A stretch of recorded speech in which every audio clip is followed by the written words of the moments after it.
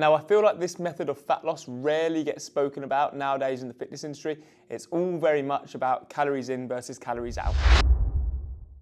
Yes guys, and welcome to another video. Today we're going to be covering all things maximum fat loss in 4 weeks, my approach. Now today we're going to be covering 6 topics. Number 1, calories. 2, protein. 3, carb cycling. 4, steps. 5, training, and 6, reducing hunger and cravings. So if you're looking to lose fat in a quick time frame, I recommend you stick around for the whole video, as this video is going to be super helpful for you. So sit back, relax, and enjoy. So the first thing we're going to talk about today is calories. Now, as we know, to lose weight and drop body fat, we need to be in a calorie deficit. For those of you who don't know what that means, it essentially refers to burning more calories or expending more calories than we are consuming. Now, for the purpose of dropping as much body fat as we can in 4 weeks, we're going to look to go in a 500 calorie deficit. And what I mean by that is you're going to be eating 500 calories less than your maintenance calories. So for example, if your maintenance calories are 2,500, you will eat 2,000 calories daily. This is going to put you in a 500 calorie deficit and help you burn through body fat. Now, a 500 calorie deficit is a little bit more aggressive than I would normally go for, but because we've only got 4 weeks to play with here, we want maximum fat loss in minimal time, hence why we've gone for 500 calories below maintenance. And I strongly suggest you track your calories using a calorie tracking app like MyFitnessPal so you can be 100% sure on your calorie intake. Moving on to point number 2, protein. So it is essential that whilst on a cut, we're still getting enough protein to help with the growth and recovery of our muscles. So we want to aim for 2 grams of protein per kilo of body weight, okay? And that's at the very least. So let's say you weigh 80 kg, you're going to aim for at least 160 grams of protein daily. Now, of course, our protein intake is super important to make sure that we are fueling our muscles for growth and recovery. But also, it's important on a cut, it's going to help us feel fuller for longer, as it is the most satiating macronutrient. So make sure you keep your protein intake high whilst you're on those lower calories, as it's going to be essential for the growth and recovery and maintenance of your muscle mass. But also it's going to help you feel fuller for longer, so you're less likely to get those cravings. Let's move it on to number 3, carb cycling. Now, I feel like this method of fat loss rarely gets spoken about nowadays in the fitness industry. It's all very much about calories in versus calories out, which of course is true. We need to make sure that we're in a calorie deficit to make sure we burn through body fat. However, carb cycling is an excellent tool to use to really accelerate that rate at which you burn through fat. Without going into crazy amounts of detail on the science behind it, in short, carb cycling can increase your insulin sensitivity, which is going to help you burn through body fat quicker. So how do you structure carb cycling across a week? Pretty simple, and we're going to keep it pretty basic for the purpose of today's video. So on 3 days a week, you're going to go low carb, okay? And on those low carb days, you're going to go less than 100 grams of carbs daily. And on 4 days a week, you're going to go high carb.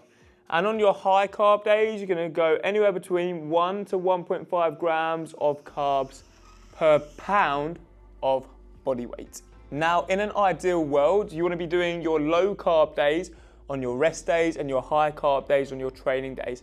However, of course, if you're training sort of 4 to 5 to 6 times a week, naturally, you're going to end up training on your low carb days too, which is absolutely fine. But what I suggest doing is having a pre-workout or some sort of caffeinated beverage before you train, as naturally your energy may be a little lower initially when you try carb cycling, especially on the low carb days. And if you do carb cycling, make sure the quality of your carbohydrates is high. Try and avoid refined and sugary carbs.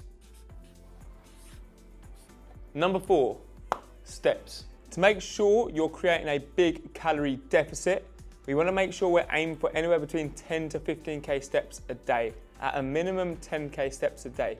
If you can't commit to hitting 10k steps a day, I truly believe that you don't really want to burn through fat enough. 10k steps a day, in my opinion, is absolutely accessible to everyone. You want to avoid doing high intensity cardio sessions when you're on a cut because they're going to be pretty taxing and they're going to take a lot from the body, especially when your calories are low. So steps are a great way to get your cardio in as they're non-invasive and they're not going to leave you feeling absolutely cooked after you've done them. Let's move on to point number 5, and that is training. Now, when you're on a cut, naturally your energy levels may be a little lower. However, that doesn't mean you can train like a pussy. Still push yourself in the gym. Push yourself right up until failure or just about.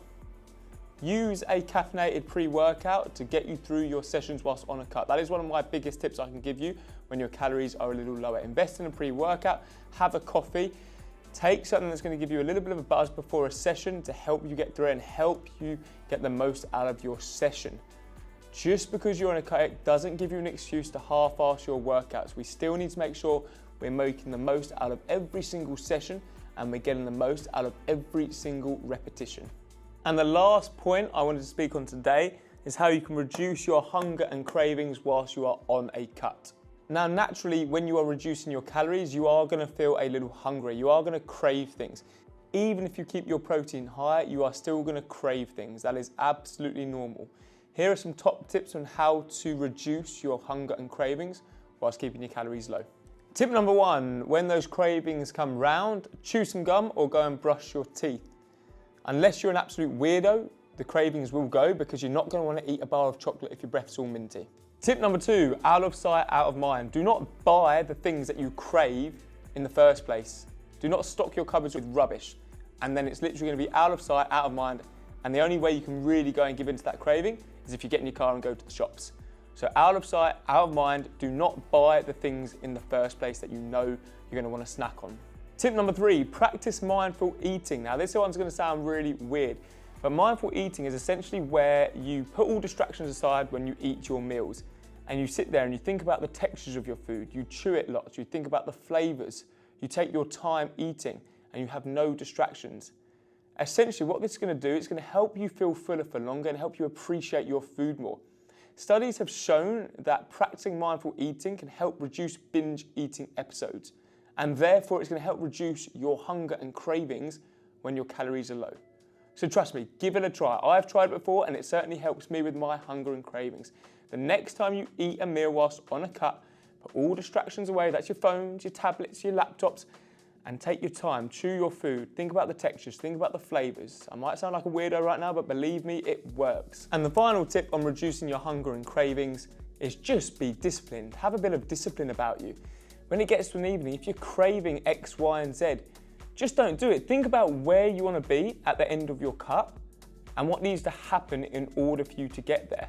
So if you're craving that chocolate, you're craving that sweet treat, if you're craving those crisps, just think what the repercussions of having those is going to be and how it's going to affect your rate at which you drop body fat. And that is the end of today's video, guys. I hope you enjoyed it and I hope you've taken some value from this.